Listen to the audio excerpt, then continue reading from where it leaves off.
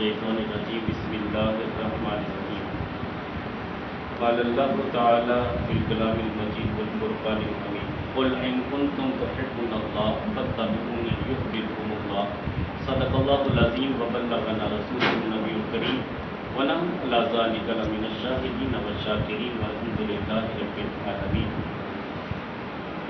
ان اللہ و ملائکتہ یصلون علی النبی یا ایھا الذین آمنوا صلوا علیہ وسلموا تسلیما اللهم صل علی سیدنا محمد وعلی آل سیدنا محمد واصحاب سیدنا محمد وبارک وسلم علیہ۔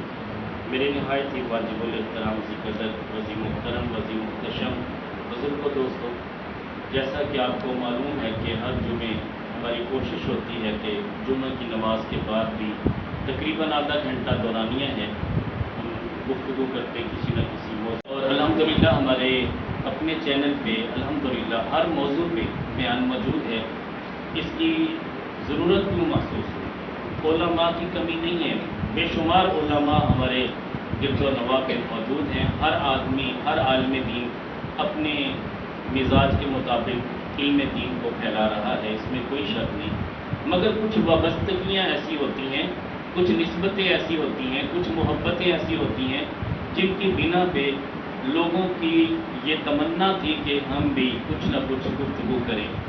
اس کی ایک وجہ یہ بھی بنی کہ میرے بابا جی حضور بابا جی خلیفہ تاج الدین جیلانی قادری رحمۃ اللہ علیہ اگرچہ مڈل پاس تھے، لیکن باتیں ایسی کرتے تھے کہ جو بڑے بڑے علماء بھی شاید نہ کر سکیں۔ آج میں جب قرآن و حدیث کا مطالعہ کرتا ہوں تو وہ احادیث جب میرے سامنے آتی ہیں جو سادہ سے لفظوں میں بابا جی بیان کیا کرتے تھے، تو پھر میں حیران ہوتا تھا کہ بابا جی تو سادہ سے لفظوں میں بات کرتے تھے، وہی چیز آج قرآن اور حدیث میں موجود ہے۔ تو یہ اللہ تعالیٰ نے نگاہ فراست دی ہوتی ہے، اللہ اپنے ولیوں کے سینوں کو منتخب کر لیتا ہے اور علم لدنی عطا کرتا ہے۔ بظاہر وہ عالم دین نہیں تھے، مگر انہوں نے تھوڑی تعلیم ہونے کے باوجود بھی اتنا علم حاصل کر لیا تھا کہ شاید اس علم تک میں بھی تا زندگی نہ پہنچ سکوں۔ میں نے ان کو دیکھا کہ جب بھی بیٹھتے قرآن کریم کی تفسیر کا مطالعہ کرتے، پیر کرم شاہ صاحب کی تفسیر ضیاء القرآن انہوں نے 2 مرتبہ میرے سامنے میری موجودگی میں ختم کی۔ روزانہ معمول تھا قرآن کریم کی اس تفسیر کو پڑھا کرتے تھے، اور اسی طرح انہوں نے جو سیرت النبی کے موضوع پہ 7 جلدیں لکھی ہیں، وہ ساری کی ساری میرے بابا جی نے باقاعدہ اور ورکن پڑھی، ہر ورق ایک ورق باقاعدہ اہتمام کے ساتھ پڑھا اور اس کو ڈسکس بھی کیا۔ اسی طرح بہت ساری اور کتابیں جو میں لائبریری سے لے کے آتا بابا جی کو پیش کرتا، بابا جی ان کتابوں کا مطالعہ کرتے، اس کے بارے میں پھر مجھے رہنمائی بھی دیتے۔ تو آج مجھے خوشی ہوتی ہے کہ میرے بابا جی یعنی تھوڑا سا پڑھے ہوئے نہیں تھے، بلکہ اتنا پڑھے ہوئے تھے کہ اس پڑھائی تک میں نہیں ابھی تک پہنچ سکا۔ تو اب بابا جی کی ریکارڈنگ ہمارے پاس اس نہج پہ موجود نہیں ہے، ان کی گفتگو اس نہج پہ موجود نہیں ہے۔ اس بات کی بڑی تشنگی محسوس ہوتی ہے، کاش کہ بابا جی کی گفتگو ہمارے پاس ہوتی۔ ہاں البتہ چند ایک باتیں ہیں، مختلف ویڈیوز ہم بنایا کرتے تھے، لیکن وہ بہت تھوڑی مقدار میں، کچھ ایسی جب حالت علالت تھی اس دوران جب ویڈیو بناتے وہ آواز سوائے میرے کوئی اور سمجھ نہیں پائے گی۔ تو یہ بھی ایک مرحلہ تھا کہ ہم نے کوشش تو کی تھی کہ ریکارڈنگ کریں، لیکن ہمیں ہوش اس وقت آیا جب بابا جی صحیح معنوں میں صحیح تلفظ کے ساتھ بول نہیں پاتے تھے، کیونکہ لقوہ بھی تھا، فالج بھی تھا، بے شمار تکلیفیں تھیں، لیکن اس کے باوجود وہ بات بہت پیارے انداز میں کرتے تھے۔ میں نے شاکر شجاع آبادی کو دیکھا، وہ بہت پیارے پیارے اشعار پڑھنے والا شخص ہے، یونیورسٹی کے دور میں بھی وہاں اشعار کے لیے آیا کرتا تھا، لیکن آج کل ان کی طبیعت اتنی علیل ہے کہ انہیں ایک ترجمان رکھنا پڑا۔ جب وہ بولتا ہے بیچارہ قدرتی طور پہ وہ معذور ہے، اس کی بات عام آدمی سمجھ نہیں پاتا، تو پھر اسے ترجمان کی ضرورت محسوس ہوتی ہے، تو کوئی نہ کوئی اس کی وضاحت کرتا ہے کہ شاکر شجاع آبادی کیا کہتا ہے۔ بالکل اسی نہج پہ میں نے بابا جی کے ساتھ 5 سال کا عرصہ ایسا گزارا کہ مجھے ایک ایک بات کی وضاحت کرنا ہوتی تھی۔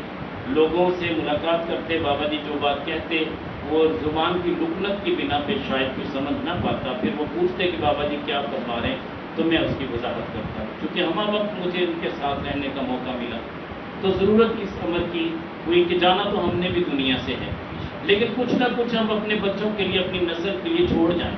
کل ہماری نسل ہمیں اس حوالے سے یاد رکھے گی کہ ہمارے بابا وہ تھے جو قرآن و حدیث کی روشنی میں بات کیا کرتے تھے، جو اللہ اور اللہ کے رسول کی باتیں کیا کرتے تھے، جو اولیاء عظام کے پیغامات کو عام کیا کرتے تھے، تو یقیناً یہ رہتی دنیا تک ہماری باتیں رہیں گی۔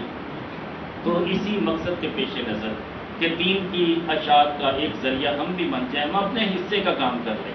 اگرچہ یہ سیکھنے سکھانے کی مجلس ہوتی ہے، کوئی خطیبانہ جوہر تو ہمارے اندر ہے نہیں، ہم تو علماء اور خطباء کے قدموں میں بیٹھنے والے لوگ ہیں۔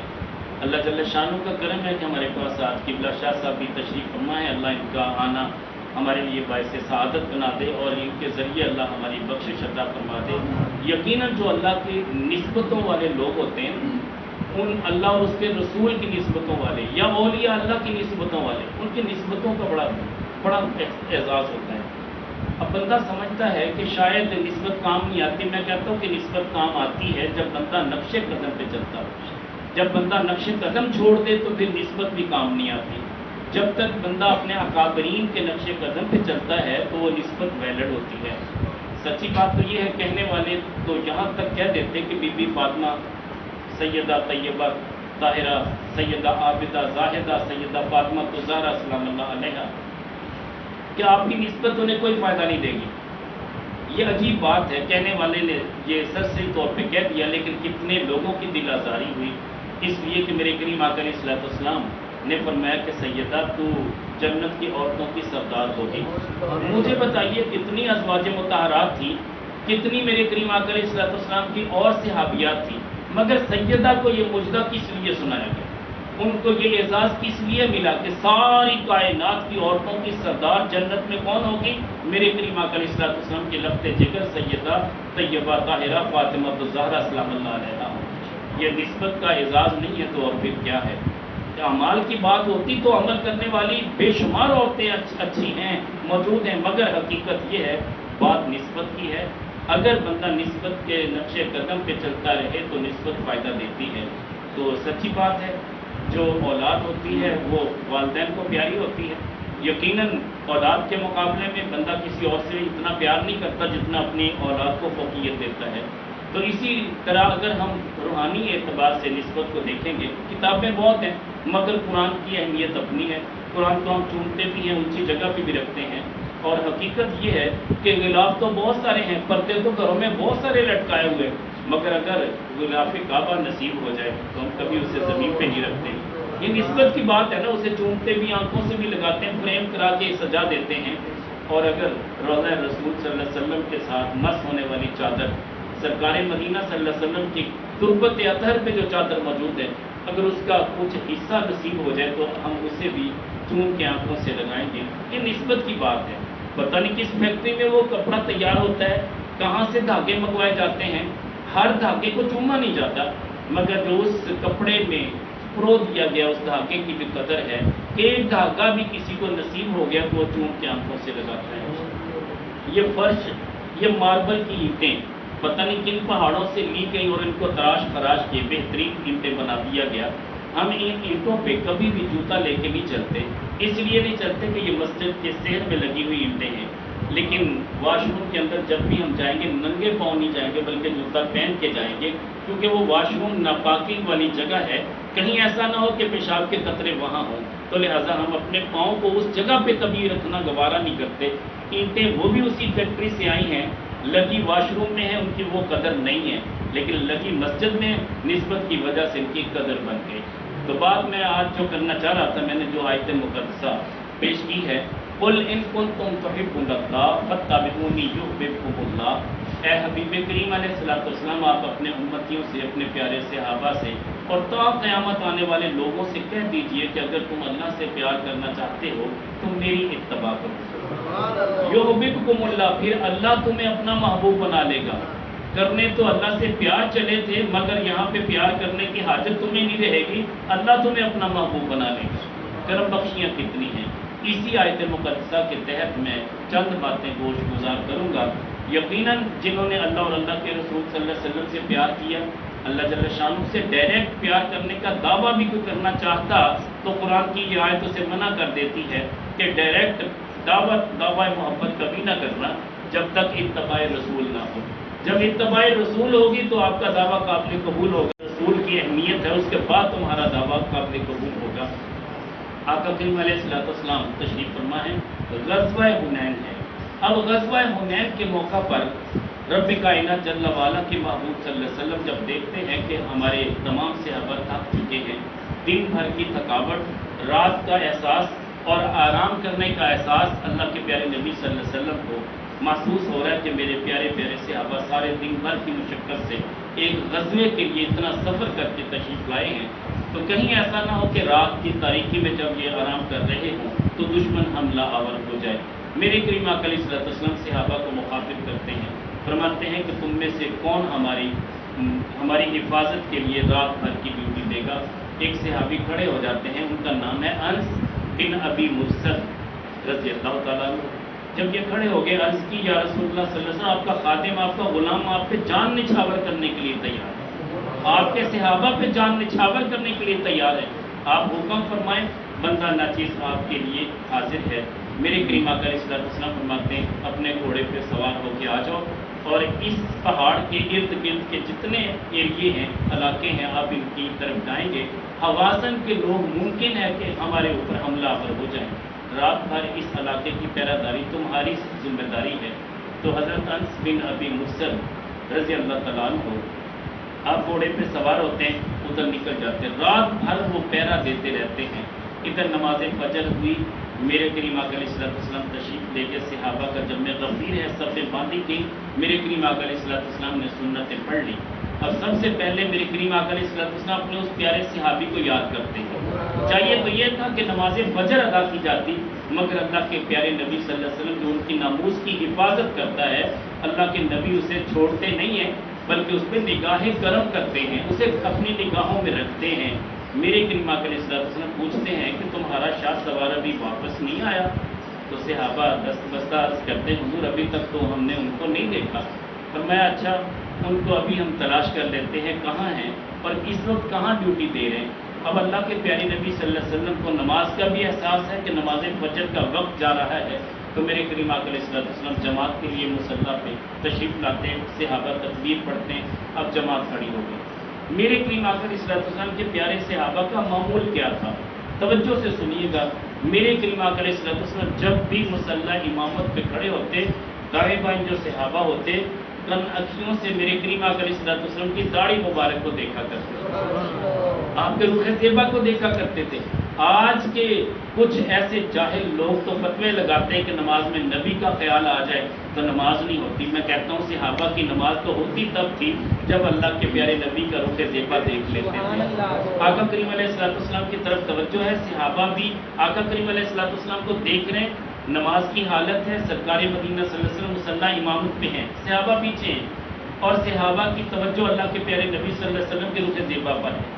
آقا کریم علیہ الصلوۃ والسلام کی نگاہ کہاں ہے؟ چاہیے تو یہ تھا کہ آقا کریم علیہ الصلوۃ والسلام سجدے کی جگہ پہ توجہ کرتے، آپ سامنے نہ دیکھتے بلکہ توجہ سجدے کی جگہ پر ہوتی. مگر میرے کریم آقا علیہ الصلوۃ والسلام ہوا ینظروا خلال شجر، یہ جتنے آگے درخت تھے ان کے درمیان میں میرے کریم آقا علیہ الصلوۃ والسلام دیکھ رہے. صحابہ فرماتے ہیں اللہ کی قسم ہم پیچھے ضرور تھے مگر اللہ کے نبی کی آنکھوں کی طرف دیکھ رہے تھے. ہم نے دیکھا کہ اللہ کے نبی صلی اللہ علیہ وسلم کی آنکھیں کھلی ہیں، سامنے سرکار درختوں کو دیکھتے جا رہے ہیں کہ میرا شاہ سوال کب آئے گا. نماز تو اللہ کی ہے، اللہ کے نبی صلی اللہ علیہ وسلم سے پڑھ کے کوئی تعظیم کرنے والا نہیں ہے، اللہ کے پیارے نبی صلی اللہ علیہ وسلم سے پڑھ کے کوئی توحید کا داعی نہیں ہے، اللہ کے پیارے نبی صلی اللہ علیہ وسلم سے پڑھ کر رب کی عبادت کرنے والا نہیں ہے. جتنی یکسوئی اور خشوع و خضوع میرے نبی کو حاصل تھا کسی اور کو شاید نصیب نہ ہو. مگر یہاں پہ معاملہ کچھ اور ہے. نماز رب کی ہے مگر آقا کریم علیہ السلام اپنے اس غلام کے انتظار میں ہیں اور آپ کی آنکھیں ان درختوں پہ لگی ہوئی ہیں کہ میرا شاہ سوار کب تشریف آئے گا. یقیناً دل کے اندر ایک ارادہ بھی ہوگا، ایک طلب بھی ہوگی کہ مالک میرا پیارا صحابی ہے، تیری رضا کے لیے، تیرے رسول اور تیرے رسول کے صحابہ کی حفاظت کے لیے ادھر گیا ہوا ہے، اس کا کیا بنا ہوگا. اگرچہ نگاہ نبوت دیکھ رہی ہے مگر دعائیں بھی دل سے نکل رہی ہیں. جیسے ہی سلام پھیرا آقا کریم علیہ السلام نے فرمایا قد جاء فارسکم، تمہارا فارس، تمہارا شاہ سوار آ گیا. صحابہ فرماتے ہیں کہ ہم نے ابھی نہیں دیکھا، ہم درختوں کی طرف دیکھنے لگے جدھر سے آنا تھا، ہم نے عرض کی یا رسول اللہ صلی اللہ علیہ وسلم کہاں آ گیا؟ فرمایا وہ دیکھو درختوں کے درمیان سے آ رہا ہے۔ نگاہ نبوت ان کو دیکھ بھی رہی تھی، اور جب وہ تشریف لائے میرے کریم آقا علیہ الصلوۃ والسلام فرماتے پیارے انس یہ بتا کہ تو شاہ سواری کرتا رہا یا رات بھر سویا رہا؟ اب سرکار مدینہ صلی اللہ علیہ وسلم ان کی زبان اقدس سے سننا چاہتے تھے۔ وہ صحابی کیا عرض کرتا ہے یا رسول اللہ صلی اللہ علیہ وسلم اللہ کی قسم میں رات بھر اپنے گھوڑے پہ سوار رہا، ہاں البتہ نماز فجر کے لیے صرف وضو کے لیے میں نیچے اترا تھا، اس کے علاوہ میں نے ساری رات پہرا دیا ہے۔ اب یہ میرے کریم آقا علیہ السلام نے جیسے ہی سنا، کریم آقا علیہ السلام کیا فرماتے ہیں؟ میرے کریم آقا علیہ السلام فرماتے ہیں قد اوجبت، تو نے واجب کر لی۔ اب یہ لفظ کہنے کی دیر تھی، صحابہ کہتے ہیں حضور کیا واجب کر لی؟ فرمایا اس نے جنت واجب کر لی، اس نے اللہ کے رسول اور اللہ کے رسول کے صحابہ کی خاطر اپنی جان ہتھیلی پہ رکھ کے ساری رات جاگ کے وقت گزارا، گویا کہ اس پہ جنت واجب ہو گئی۔ اور آقا کریم علیہ السلام نے یہاں تک بس نہیں کیا بلکہ فرمایا کہ اے انس آج کے بعد اگر تو کوئی اور عمل نہ بھی کرے تیرے لیے یہی عمل کافی ہو جائے گا، تو جنتی ہو چکا۔ مجھے بتائیے کہ کہنے والے تو ایسے جاہل بھی ہیں جو کہتے ہیں کہ نبی کو نہیں پتا کہ کل میں نے جنت میں جانا ہے یا دوزخ میں، نعوذ باللہ من ذالک۔ کہنے والے ایسے بھی لوگ موجود ہیں جو کہتے ہیں کہ حقیقت یہ ہے کہ نبی کریم صلی اللہ علیہ وسلم نے فرمایا کہ مجھے اپنا نہیں پتا کہ میرے ساتھ کیا ہونے والا ہے۔ یقین جانیے اللہ کے نبی صلی اللہ علیہ وسلم کے یہ الفاظ نہیں ہیں۔ جو نبی اپنے غلاموں کو جنت کے مجدے سناتا ہے کیا اسے اپنے بارے میں پتہ نہیں ہے؟ جبکہ رب کائنات جل وعلا نے واضح طور پہ قرآن میں فرمایا فَإِنَّكَ بِأَعْيُنِنَا، اے میرے محبوب آپ تو میری آنکھوں میں بستے ہو۔ یا جو محبوب رب کی آنکھوں میں بستا ہو اور رب اسے یہ پکار کے کہے فَإِنَّكَ بِأَعْيُنِنَا، اے میرے حبیب آپ تو میری آنکھوں میں بستے ہو، جو آنکھوں میں بستا ہے اس کے بارے میں یہ لوگ اس طرح کی باتیں جب کریں گے تو دل آزاری نہیں ہوگی؟ یقیناً جو غلامان مصطفیٰ ہوتے ہیں وہ تو اپنی جانیں ہتھیلی پہ رکھ کے سرکار کی بارگاہ میں پیش ہوا کرتے ہیں۔ میں بات کر رہا تھا نسبت کی، جنگ یرموک ہے، میرے کریم آقا علیہ السلام کے پیارے صحابی ہیں حضرت سیدنا خالد بن ولید رضی اللہ تعالیٰ عنہ، سیف من سیوف اللہ، اللہ کی تلواروں میں سے ایک تلوار ہے۔ رب کائنات جل وعلا کے محبوب نے یہ لقب دیا تھا۔ خالد بن ولید رضی اللہ تعالیٰ عنہ جنگ یرموک میں اچانک رک جاتے ہیں اور اپنے مصاحبوں کو کہتے ہیں کہ میری ٹوپی تلاش کرو۔ صحابہ جو تھے جمع غفیر تھا، اب حکم سپہ سالار کا ہو تو صحابہ کی مجال نہیں کہ کہنا نہ مانے۔ میرے کریم آقا علیہ السلام فرماتے ہیں جب میں تمہارے اوپر ایک حبشی غلام مقرر کر دوں تو اس کی بھی عطا تمہارے اوپر لازم ہے۔ تو ادھر تو خالد بن ولید تھے تو سارے صحابہ ٹوپی کی تلاش میں لگ گئے۔ کفار نے یک بار بھی حملہ کیا، بے شمار صحابہ وہاں پہ شہید ہوئے۔ بعد میں جب ٹوپی تلاش کر لی گئی تو ٹوپی کا رنگ بھی میلا ہو چکا تھا، وہ بظاہر میلے رنگ کی ٹوپی تھی۔ وہ صحابی رسول اٹھاتے کہتے ہیں خالد اس میلی سی ٹوپی کے لیے اتنے صحابہ شہید کروا دیے؟ کہنے لگے کہ تجھے کیا پتا یہ میلی سی ٹوپی ہے، بظاہر تو دیکھ رہا ہے کہ یہ میلی سی ٹوپی، تجھے پتا ہے اس کے اندر محفوظ کیا ہے؟ اس کے اندر میرے کریم آقا علیہ السلام کے موئے مبارک تھے۔ میرے کریم آقا علیہ السلام نے عمرہ مبارک کیا تو دائیں سائڈ کے جب بال ترشوائے گئے تو صحابہ نے اسے اپنے ہاتھوں پہ لیا، جب بائیں سائڈ سے اتارے گئے تو صحابہ نے ہاتھوں پہ لیا۔ تو آقا کریم علیہ السلام کے یہ غلام فرماتے ہیں جب مجھے پتا چلا کہ یہ صحابہ کیوں جمع ہو چکے، میں دوڑتا ہوا گیا، میں نے اس رش کو الگ الگ کر کے میں اس کے اندر گھس گیا۔ میں نے عرض کی حضور آپ موئے مبارک ان کو دے رہے، میرا بھی تو حق بنتا ہے۔ میرے کریم آقا علیہ السلام نے یہ جو اگلے بال تھے جو آپ کی پیشانی مبارک پہ آتے تھے، یہ جب حلق کروائے تو آپ فرماتے ہیں میں نے دونوں ہاتھ آگے کیے، میرے کریم آقا علیہ السلام نے عطا کر دیے۔ فرماتے ہیں کہ اللہ کی قسم وہ موئے مبارک میں نے اپنی ٹوپی میں سلا کے رکھے ہیں، اور اس ٹوپی کی برکت سے، موئے مبارک کی برکت سے میں ہر جنگ میں فتح یاب ہوتا ہوں۔ آج تک مجھے کبھی شکست نہیں ملی، وجہ صرف یہ ہے کہ یہ موئے مبارک میرے پاس ہیں۔ یہ نسبت کی باتیں ہیں۔ یہ کہنے کا مطلب یہ ہے کہ حضرت خالد بن ولید رضی اللہ تعالیٰ عنہ نے اس ٹوپی کی خاطر جنگ روک دی اور صحابہ کو حکم دے دیا کہ اس کو تلاش کرو۔ بات نسبت کی ہے، اگر اللہ کے پیارے نبی صلی اللہ علیہ وسلم کے موئے مبارک نہ ہوتے تو عام سی ٹوپی ہوتی تو شاید اسے گرا دیتے، پرواہ نہ کرتے، تو کہنے کا مقصد یہ ہے کہ جب بات نسبت کی ہوتی ہے تو اس کی قدر کی جاتی ہے. بہت بڑے بزرگ ہوئے قبلہ سعید احمد کاظمی شاہ صاحب, بہت بڑے بزرگ ہیں. میرے بابا جی ان کا بڑا احترام کرتے تھے, اور ان کے رفتے جگر قبلہ مظہر سعید کاظمی شاہ صاحب, جب میں ماسٹر آف عربک کر رہا تھا وہاں پہ وہ انگلش ڈپارٹمنٹ کے بہت ہی بڑے پروفیسر تھے, تو وہاں ان سے اکثر ملاقات ہوا کرتی تھی. تو آج بھی حیات موجود ہے ماشاءاللہ وہ. تو کہنے کا مطلب یہ ہے کہ قبلہ سعید احمد کاظمی شاہ صاحب رحمۃ اللہ علیہ مدینہ طیبہ میں تشریف لے جاتے ہیں. جب وہاں تشریف لے گئے اچانک ہوا کیا, پاؤں میں کانٹا چبھ گیا. اب پاؤں میں کانٹا چبھا, پاؤں زمین پہ نہیں لگتا, تکلیف بہت زیادہ ہے, پاؤں اٹھا کے چلتے ہیں. اب اس وقت کی بات ہے جب قبلہ منظور شاہ صاحب جو سائیوال والے, یہ بھی مدینہ طیبہ میں موجود تھے, کیونکہ ان کا بھی معمول تھا کہ ہر سال مدینہ طیبہ میں ہر سال حج کے لیے جاتے, اور عمرے تو بے شمار آپ نے کی ہے جن کی تعداد کا کسی کو علم نہیں ہے. تو آپ فرماتے ہیں میں چونکہ قبلہ سعید احمد کاظمی شاہ صاحب کے شاگردوں میں سے بھی ہوں, تو وہاں پہ میں موجود تھا. میں نے جب دیکھا کہ آپ کے پاؤں میں کانٹا چبھ گیا, ہم سب نے مل کے عرض کی کہ حضور سوئی موجود ہے, ہم نکال دیتے ہیں. کہنے لگے نہیں, یہ تو مدینہ کا کانٹا ہے, یہ کاش کے دل میں چبھ جاتا, میں دل سے کبھی نہ نکالتا. تم تو یہ بات کرتے ہو پاؤں سے نکال دو, میں کیسے نکال دوں. کہتے ہیں کہ جتنے دن بھی وہاں مدینہ طیبہ میں رہے, پاؤں اٹھا کے چلتے, تکلیف کی وجہ سے زمین پہ رکھنا گوارا نہیں تھا, مشکل تھی اور تکلیف ہوتی تھی, لیکن پاؤں اٹھا کے چلتے, تکلیف برداشت کرتے رہے. کہتے ہیں کہ اس کو تو میں ہمیشہ اپنے ساتھ رکھوں گا. سچی بات تو یہ ہے کہ جب دکھوں سے بندے کو آشنائی ہو جاتی پھر دکھ بھی اچھے لگتے ہیں. وجہ کیا ہے, جس دکھ میں اللہ اور اللہ کا رسول راضی ہو جائے تو وہ دکھ بھی بندے کو اچھا اور پیارا لگتا ہے. آقا کریم علیہ السلام سرکار مدینہ صلی اللہ علیہ وسلم کے شہر مدینہ کا وہ کانٹا پاؤں میں اسی طرح محفوظ رکھا. واپس آ گئے, پاکستان میں تھے, واش روم میں داخل ہوئے, باہر نکلنے لگے. آپ کو پتہ ہے کہ جو دروازہ پرانا ہو جاتا ہے اس کی بہت ساری, جس کو ہم پنجابی میں چھلتے کہتے ہیں, وہ کافی سارا وہ اکھڑ چکا تھا. اچانک ایسے ہاتھ کا سہارا دے کے جب نکلنے لگے, ایک چھلت ایسی تھی جو یہاں ہاتھ میں چبھ گئی. تو چبھنے کے ساتھ ہی آپ فرماتے ہیں یار بڑی تکلیف دیتی ہے, کسی کے پاس سوئی ہو تو وہ لے کے آئے تاکہ اس سے نکالیں. شاگرد عرض کرتے حضور مدینہ طیبہ میں اتنا بڑا کانٹا پاؤں میں چبھا, آپ نے وہ تو نکالا نہیں, مگر ایک چھوٹی سی معمولی سی چھلک جو ہے نا, اس کو آپ نکالنے کے لیے بےتاب ہیں. تو کہتے ہیں کہ بات دراصل یہ ہے, یہ پتہ نہیں کون سے ملک سے آئی ہوئی لکڑی ہے جس کا یہ دروازہ بنایا گیا, مگر وہ تو مدینہ طیبہ کا اوریجنل کانٹا تھا جو پاؤں میں چبھا تھا. سچی بات ہے آج تک میں نے اسے نہیں نکالا, وہ اندر ہی اندر وہ جذب ہو گیا, میں نے اسے برداشت کر لیا. بات یہی ہے کہ یہ سونا میرے دکھ وچ راضی تے سکھ نوں چولھے پاواں. بات یہ ہے کہ ہم نے دیکھنا یہ ہے کہ اللہ اور اللہ کے رسول صلی اللہ علیہ وسلم کی رضا کن کاموں میں ہے.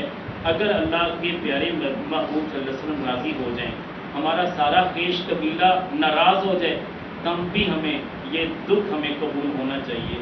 دکھ کیا ہوتا ہے کہ یار ماموں ناراض ہو جائے گا, بیٹا ناراض ہو جائے گا, ہم نے یہ رسم کرنی, ہم نے یہ رسم کرنی. رسموں کی خاطر ہم اپنی برادری کو ناراض نہیں کرتے, مگر اللہ اور اللہ کے رسول کو ناراض کر دیتے ہیں.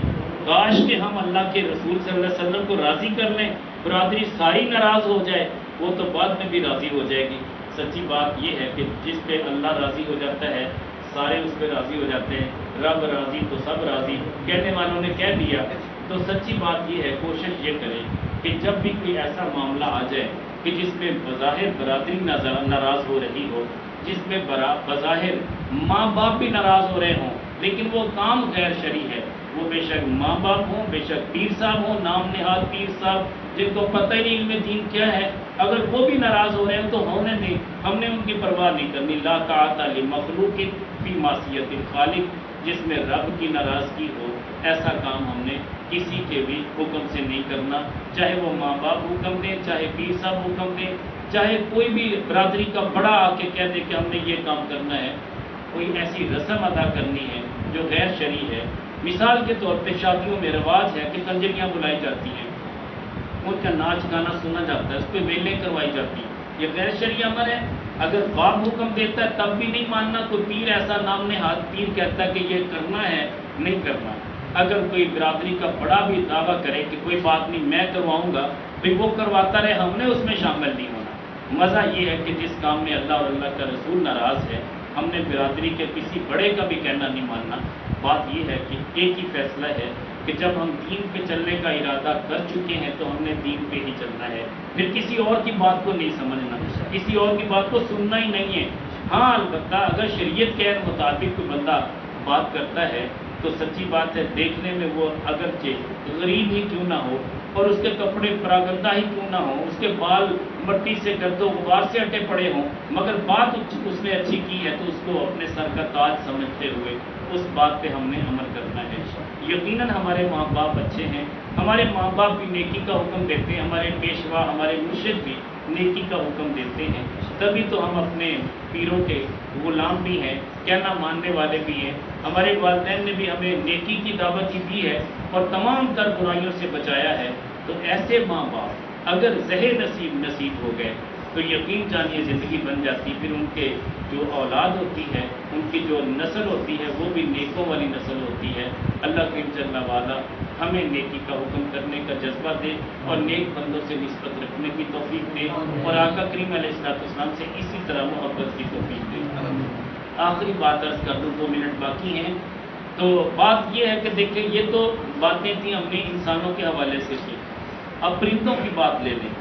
2 ایسے واقعات ہیں جنہوں نے مجھے جھنجھوڑ کے رکھ دیا کہ یار پرندے کس طرح پیار کرتے ہیں۔ میرے کریم آقا علیہ السلام کی تربت اطہر پہ، روضہ اطہر پہ، گنبد خضرا پہ اکثر دیوانہ وار جتنے بھی کبوتر ہوتے ہیں وہ طواف کرتے ہیں۔ آپ کبھی دیکھیں کسی بیمار کبوتر کو تو وہ دیکھیں گے گنبد خضرا پہ بیٹھا ہوگا۔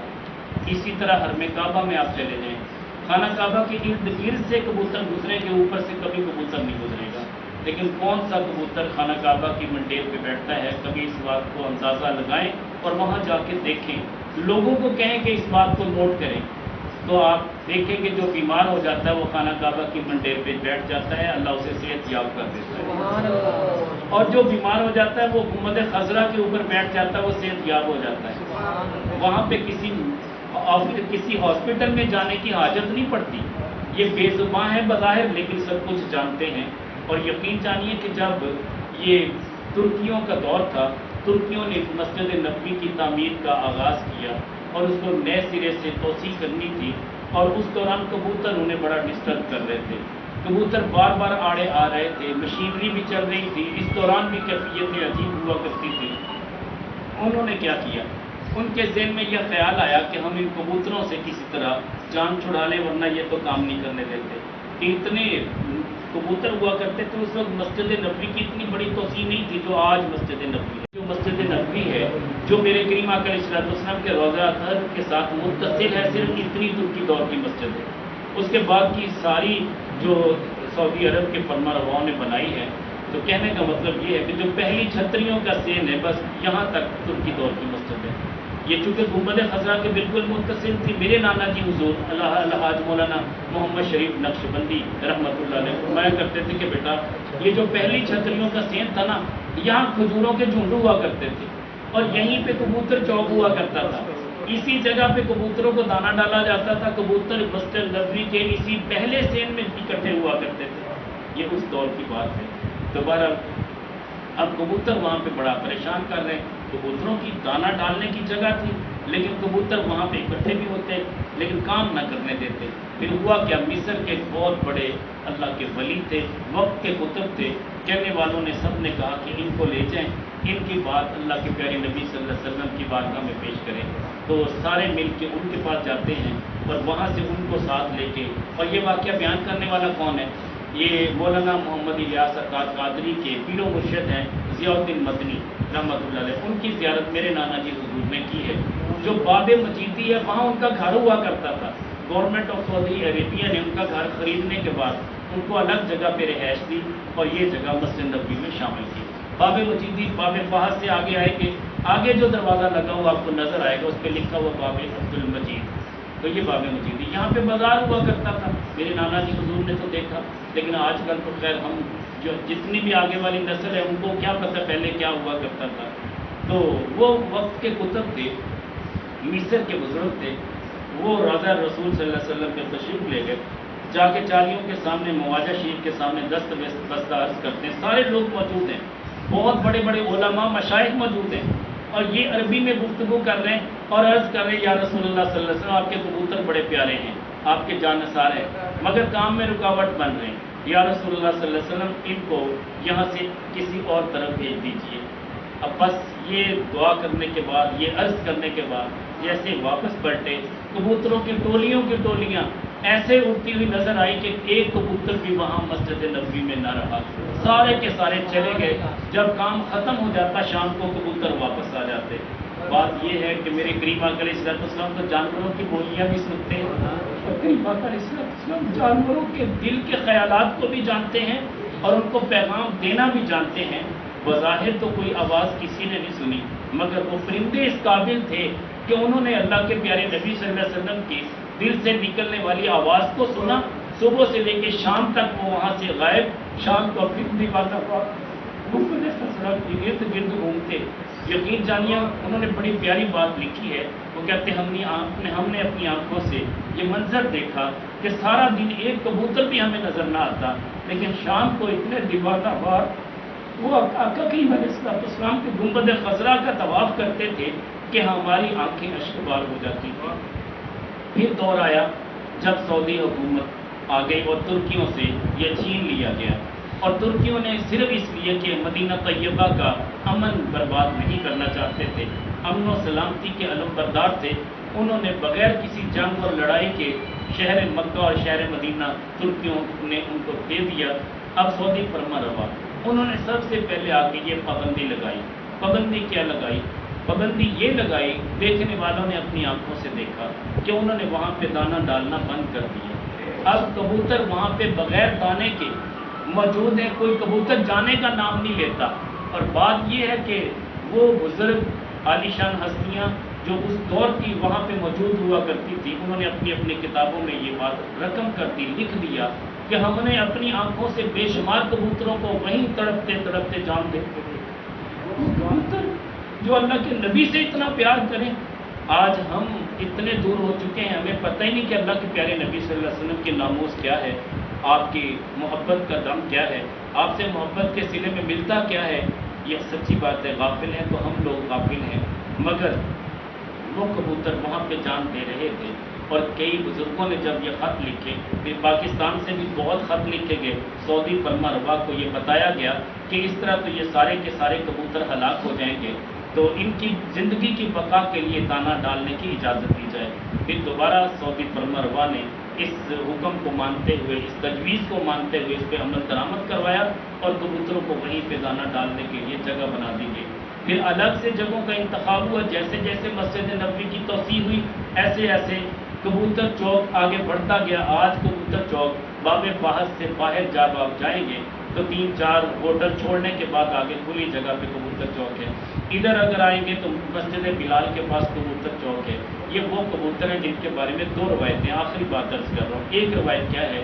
ایک روایت یہ ہے کہ یہ حضرت نوح علیہ السلام کے دور کے کبوتر ہیں۔ حضرت نوح علیہ السلام کی کشتی جب نیچے آ رہی تھی، اس وقت 70 سے 72 لوگ یا 82 لوگ آپ پہ ایمان لائے تھے، وہ اس میں موجود تھے، اور پرندوں کا ایک ایک جوڑا اس کشتی میں موجود تھا، درندوں کا ایک ایک جوڑا اس کشتی میں موجود تھا، اور وہ پوری روئے زمین پہ چکر لگاتی لگاتی جب نیچے آ رہی تھی، پانی کی سطح آہستہ آہستہ نیچے آنا شروع ہوئی، تو سب سے پہلے کبوتروں کا جوڑا نیچے اترا۔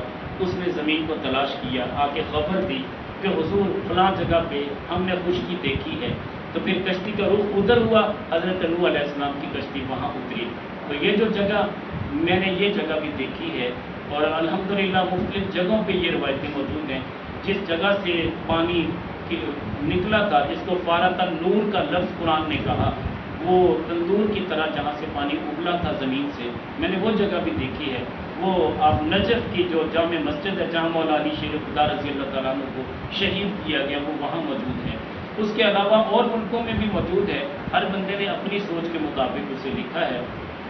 تو کہنے کا مطلب یہ کہ ایک روایت یہ ہے کہ یہ کبوتر وہ ہے جو میرے کریم آقا علیہ السلام جب غار ثور میں تشریف لے گئے تھے، تو میرے کریم آقا علیہ السلام نے جب وہ کبوتری نے انڈے دیے اور مکڑی نے جالا تنا، یہ روایتیں موجود ہیں اور حقیقت یہ ہے کہ میں پہلے سنا کرتا تھا لیکن مجھے یقین نہیں آتا تھا کہ غار ثور جو 5000 فٹ کی بلندی پہ ہے وہاں تک گھوڑے کیسے پہنچ گئے۔ میں نے تاریخ میں لکھا ہوا دیکھا تھا کہ کفار کے گھوڑے وہاں چلے گئے اور آقا کریم علیہ السلام کے پیارے صحابی حضرت تھے ابو بکر صدیق رضی اللہ تعالیٰ عنہ عرض کرتے ہیں یا رسول اللہ یہ باہر جو غار کے سامنے کفار کھڑے ہیں اگر انہوں نے اپنے گھوڑوں کے قدموں کو دیکھ لیا، بیٹھے تو گھوڑوں کے اوپر تھے، غار ثور کے سامنے پہنچ چکے تھے، یا رسول اللہ اگر انہوں نے نیچے دیکھ لیا، اگر اپنے گھوڑوں کے قدموں کی طرف دیکھا تو ہم نظر آ جائیں گے۔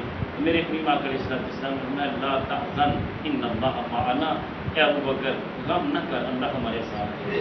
تو بات یہ ہے کہ یہ صحابی رسول ان کا یہ کہنا یقین نہیں آتا تھا کہ اتنی بلندی پہ گھوڑے کیسے چڑھ سکتے ہیں، لیکن جب میں نے غار ثور پہ چڑھ کے دیکھا، وہاں میں گیا تو میں نے وہاں پہ جانوروں کی لید پڑی ہوئی دیکھی، جو خچروں کی لید تھی، گھوڑوں کی لید تھی۔ میں نے کہا یہ یہاں پہ کیسے آ گئی؟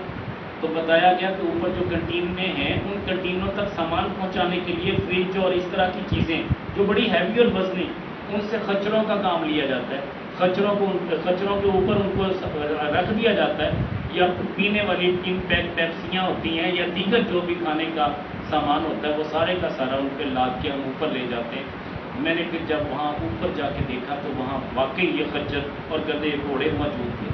تو کہنے کا مطلب یہ ہے کہ آج بھی وہاں پہ یہ جانور جا سکتے ہیں، اس دور میں بھی جاتے تھے۔ تو یہ پرندوں کا تذکرہ میں کر رہا تھا، وہ کبوتری جس نے وہاں پہ انڈے دیے تھے، رب کائنات جل والا کے محبوب کی نگاہ نبوت میں جب اسے دیکھا، اللہ کے پیارے نبی صلی اللہ علیہ وسلم نے برکت کی دعا کی تو آج اسی کی نسل سے یہ مکہ اور مدینہ کے کبوتر موجود ہیں۔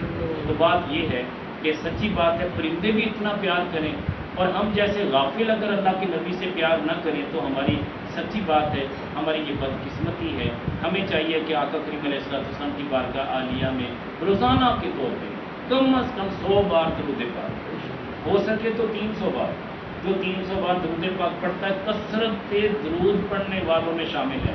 تو جو کثرت سے درود پڑھنے والے ہیں ان میں اس کا نام لکھ دیا جاتا ہے کہ یہ کثرت سے درود پڑھنے والا ہے۔ اور آپ کو بتاؤ کثرت کس کو کہتے ہیں؟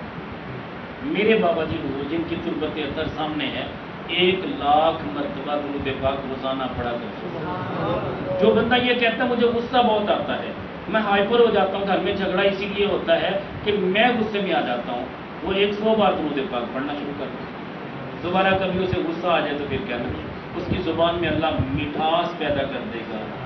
نام محمد تو وہ نام محمد ہے کہ میٹھا میٹھا منہ ہو جائے، جب بھی سرکار کا نام لیتے ہیں نام میں مٹھاس اتنی ہے کہ منہ بھی میٹھا ہو جاتا ہے، شکر سے بھی زیادہ، شہد سے بھی زیادہ مٹھاس اس نام محمد میں ہے۔